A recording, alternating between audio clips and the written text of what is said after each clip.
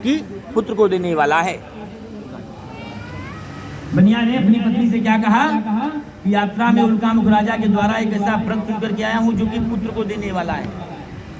लीलावती बहुत प्रसन्न होती है। न पुत्रांतो परम लाभ न भार्या परम सुखम। बेटा होना अच्छा है लेकिन बेटी हो जाने से भी कलंक मिट जाता है, इसलिए बेटा और बेटी में कभी अंतर नहीं करना चाहिए। सब नम की एक बूंद सी होती है बेटियां, सब नम की एक बूंद सी होती है बेटियां। हीरा है अगर बेटा तो मोती है बेटियां। बेटा बड़ा होकर के एक कुल की लाज बचाएगा, दो दो कुलों की लाज बचाती है बेटियां। दो दो कुलों की लाज बचाती है बेटियां, इसलिए बेटा और बेटी में नहीं करना चाहिए। बनिया की पत्नी ने कहा कि इसको करना चाहिए। बनिया बहुत चालाक, बनिया बहुत चालाक।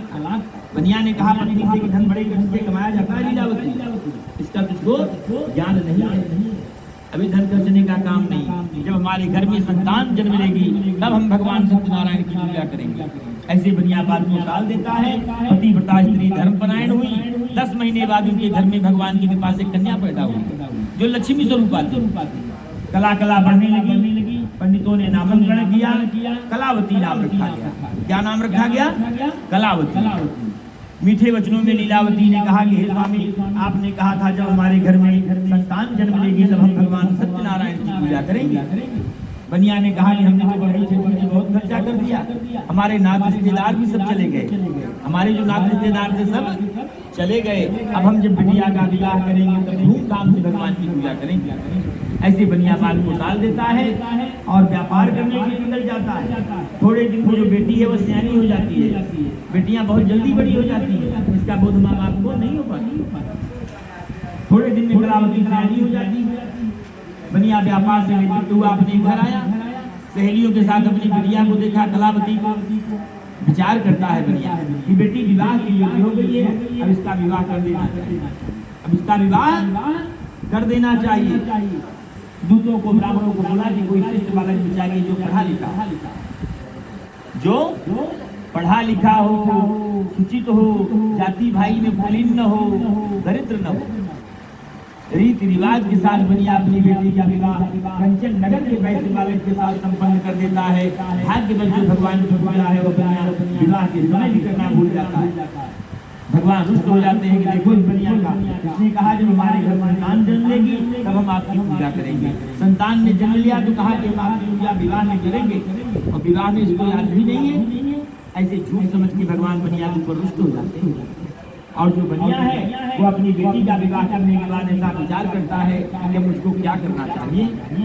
हमने तो बहुत सा धन खर्चा कर दिया बेटी के विवाह में, मैंने बहुत सा धन बेटी के विवाह में खर्चा कर दिया, अब मुझको अपने व्यापार को आगे बढ़ाना चाहिए। ऐसा बनिया विचार करता है। बनिया को एक ही बेटी है, बनिया को एक ही बेटी थी। दामाद को भी घर जमाई बना लेता है बनिया, और दामाद को भी लेकर के बनिया व्यापार करने के लिए निकल पड़ा। संसारपुर नामक शहर जाता है जो भी कलकत्ता के नाम से जानते हैं लोग, राजा चंद्रकेतु के राज्य में। वहाँ बनिया व्यापारी का कर्म करने लगा। बनिया को भगवान ने श्राप दिया, या तुझको कठिन से कठिन दुख प्राप्त होगा, जो तू कृपणता कर रहा है उसका तुझको दंड मिलेगा। भगवान की माया से जहाँ बताते हैं कि बनिया व्यापारी का कर्म कर रहा था, 2 मायावी चोर राजा का धन चुरा करके बनिया की नाव में पटक करके गायब हो जाए। दूतों ने देखा कि पहरे में तो चोरी हो गई, धन को ढूंढते बनिया के पास पहुंचे।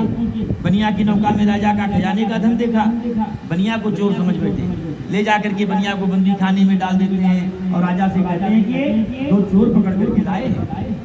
बनिया रोने लग रहा है कि हम चोर नहीं हो, व्यापारी, हमको नहीं मालूम धन हमारे पास कैसे आया। राजा ने कहा कि चोर अपने से कहता नहीं है मैं चोर हूँ, माल तेरे पास बरामद है।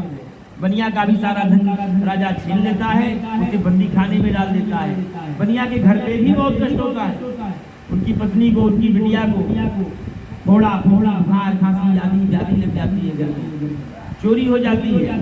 अन्य की चिंता में भिक्षा मांगने लगती है कलावती लीलावती। राम विमुख संपत्ति प्रभुताई जाई, रही पाई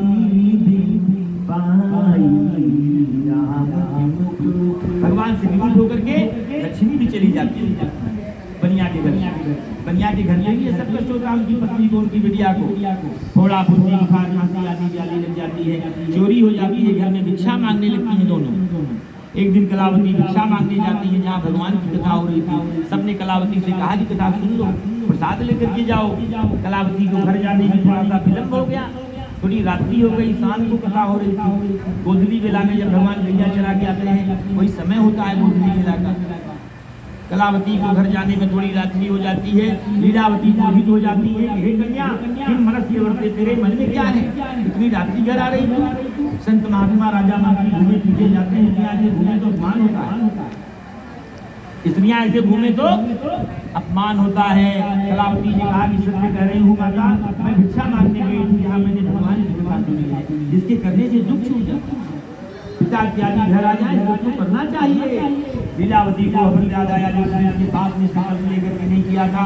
दोनों माता बेटी ने प्रातःकाल सभी सामग्री को इकट्ठा किया, अपने भाई बंधु को बुला करके भगवान का पूजन किया, प्रार्थना किया कि हे सत्यदेव, हमारे पति और गवान जहाँ कहीं अपने घर आ जाए, अपने घर आ जाएंगे तो हम आपकी फिर से पूजा करेंगे, और जो कुछ उनसे अपराध हुआ है उसे आप क्षमा करें। कोई मोबाइल 2G 4G नहीं है, भगवान स्वप्न देते हैं। लक्ष्यामासम चंद्रकेतु जी को 10 महीने बाद भगवान स्वप्न देते हैं कि हे राजी, इन्हें जो बंदियों को बंद कर रखा है दोनों ने रोज प्रातः काल छोड़ दो, जितना धन ले आएगा उसका चौगुना धन दान देकर तुमको विदा कर दो। ऐसा नहीं करेगा तो तेरा धन वाले पुत्र सब नष्ट कर देगा। राजा भयभीत हो गया, मंत्रियों को ब्राह्मणों को बुलाया, सबने कहा कि भगवान की इच्छा से बनिया को आपको क्या कमी है, मुक्त कर देना चाहिए। तुरंत राजा बनिया को बंदी खाने से मुक्त करवाता है, चौगुना धन दान करता है, वस्त्र आभूषण दान करता है। वो बनिया तो डरता है कि अब क्या होने वाला। राजा ने कहा कि डरो मत, ये सब कुछ तुमको भगवान की इच्छा से था। ऐसा कर करके चौगुना धन दान दे करके राजा बनिया को विदा करता है और बनिया अपने नगर का प्रस्थान करते हैं। सेवा करने की नारायण भगवान की जय। हरे नमः, हरे नमः, हरे नमः।